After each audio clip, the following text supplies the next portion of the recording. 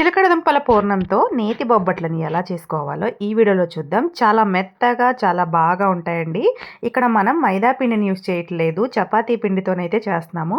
చాలా బాగుంటాయి, తినే కొద్దీ మళ్ళీ తినాలనిపిస్తుంది. చల్లారిపోయిన తర్వాత కూడా ఇవి చాలా మెత్తగా ఉంటాయండి.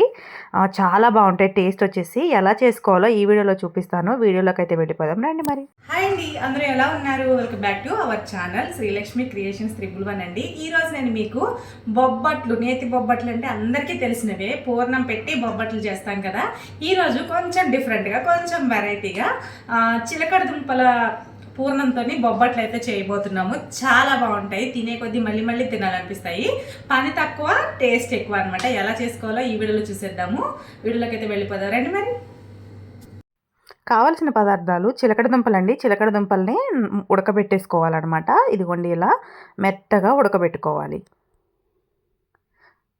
శుభ్రంగా కడుక్కున్న తర్వాత ఉడకబెట్టుకొని దీనిపైన ఉన్న పొట్టునైతే తీసేయాలండి. మొత్తాన్ని ఇలా శుభ్రంగా పైన ఉన్న పొట్టునంతా తీసేయాలండి. తీసేసి మనకి తర్వాత కావాల్సింది చపాతీ పిండి అనమాట. ఇక్కడ మనం చపాతీ పిండితో బొబ్బట్లు చేసుకుంటున్నాం కాబట్టి హెల్త్కి చాలా మంచిది.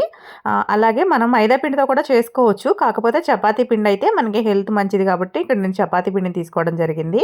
అలాగే ఇందులో కొంచెం సాల్ట్ అలాగే ఒక స్పూనే ఆయిల్ అయితే వేసుకోవాలి.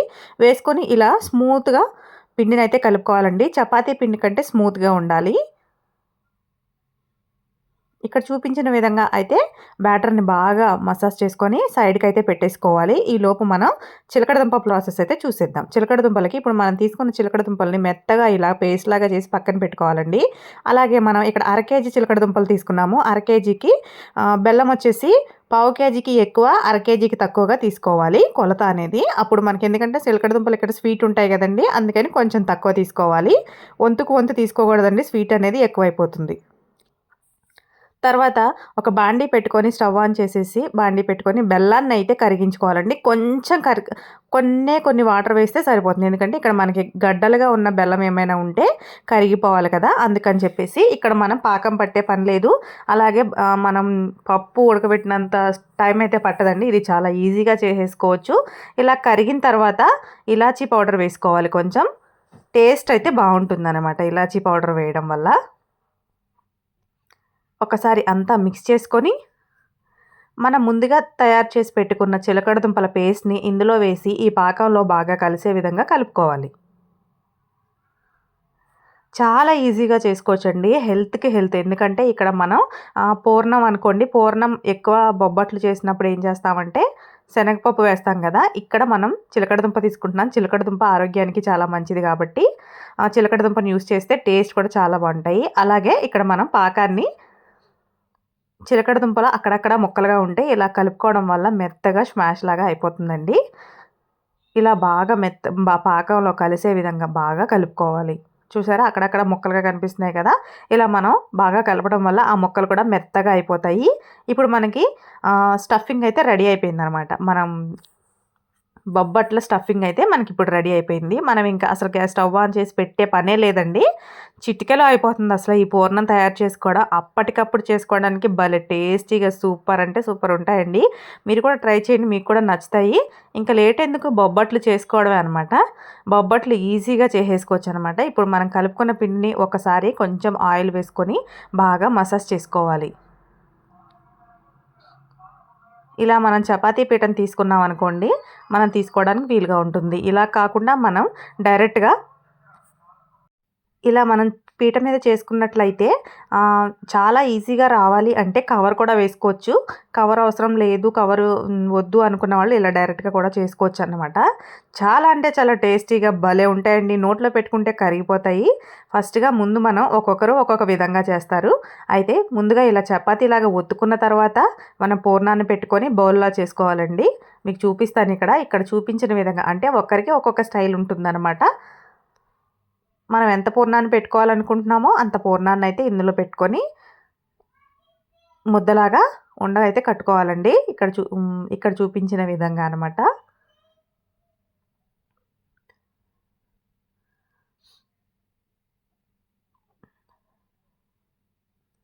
ఇలా ఉండ చేసుకున్న తర్వాత మనం కింద నూనెనైతే అప్లై చేసుకోవాలి. నూనెని అప్లై చేసుకుంటే మనం తీయగానే బొబ్బట్టు అయితే ఈజీగా వస్తుందండి. తర్వాత మనం ఏ సైజుగా ఉండాలి, పలచగా ఉండాలా, దలసరిగా ఉండాలా అనేది మనం ఫిక్స్ చేసి చేసుకోవచ్చనమాట. బయటికి వచ్చినా మనకి ఎటువంటి ఇబ్బంది ఉండదండి. ఎందుకంటే ఇది పై భాగానికి వెళ్ళినా కూడా అసలు చాలా బాగుంటుందనమాట. నెయ్యి వేసుకొని కాల్చుకుంటే బొబ్బట్టు టేస్టే వేరసల. చాలా అంటే చాలా బాగుంటుందసల. నేతితో తింటుంటే నా సామిరంగా అని అనాల్సిందే, అంత బాగుంటుంది. ఒక్కటి తినేవాళ్ళు కూడా ఈజీగా 6, 7 తినేస్తారండి. టేస్ట్ అంత బాగుంటాయి. తినే కొద్దీ మళ్ళీ తినాలనిపిస్తుంది. ఎంత తిన్నా కడుపు నిండదనమాట ఈ బొబ్బట్లు, అంత బాగుంటాయి. ఇలా మనం 2 సైడ్ల బాగా దోరగా కాల్చుకోవాలి. అలాగే ప్రతీదీ చేసుకోవాలండి. ఎన్ని చేసుకుంటే అన్ని సేమ్ ప్రాసెసే, అందరికీ తెలిసిందే అది. చూసారు కదా, అంటే మనం తీసుకున్న బ్యాటర్‌ని బట్టి అది బయటికి వెళ్ళడం, లోపల ఉండడం అనేది ఫిక్స్ అవుతుందనమాట. అన్నీ ఒకే విధంగా చేయలేం కదా, ఎక్కడో ఒకటి ఇలా మిస్ అవుతూ ఉంటుంది. ఇది చూడండి చాలా పర్ఫెక్ట్‌గా వచ్చింది సైజ్ అనేది. ఇలా ప్రతిదాన్ని చేసుకుంటూ కాల్చుకోవాలండి.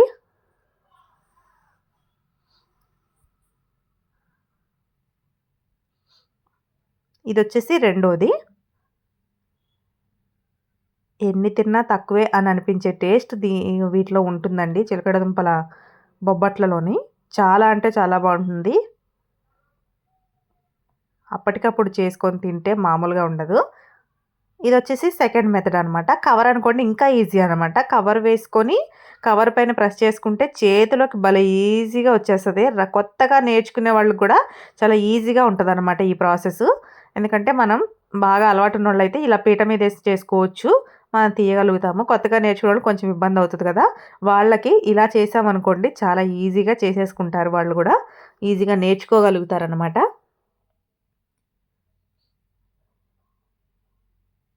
చూడండి పెద్ద సైజయితే ఒత్తాననమాట ఇక్కడ.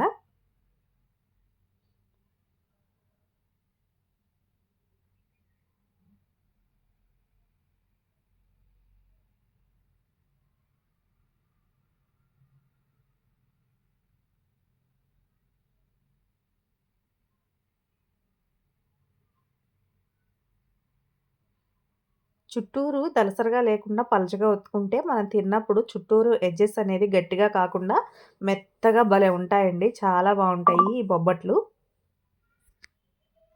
ఇలా చేసుకున్న దీనిని నెయ్యి వేసుకొని కాల్చుకుంటే చాలా బావుంటాయనమాట. ఇలా 2 సైడ్స్ సిమ్‌లో పెట్టుకొని కాల్చుకోవాలండి. అప్పుడే మనకి పర్ఫెక్ట్‌గా రెడీ అవుతుంది. బొబ్బట్లని అలాగే చేసుకున్న తర్వాత చూసారు ఎంత బాగా మెత్తగా ఎలా వచ్చినాయంటే నిజంగా చూస్తే మీకు తినాలనిపిస్తుంది కదా, చాలా అంటే చాలా బావుంటాయండి. మెత్తగా, స్మూత్‌గా ఎంత సేపయినా సరే చల్లారిపోయినా కూడా చాలా అంటే చాలా మెత్తగా భలే ఉంటాయి. మీరు కూడా ఒకసారి ఇలా ట్రై చేయండి. ఈ వీడియో గనుక మీకు నచ్చితే లైక్ చేయండి, షేర్ చేయండి, సబ్స్క్రైబ్ చేయండి. మరిన్ని మంచి వీడియోస్ కోసం నా ఛానల్‌ని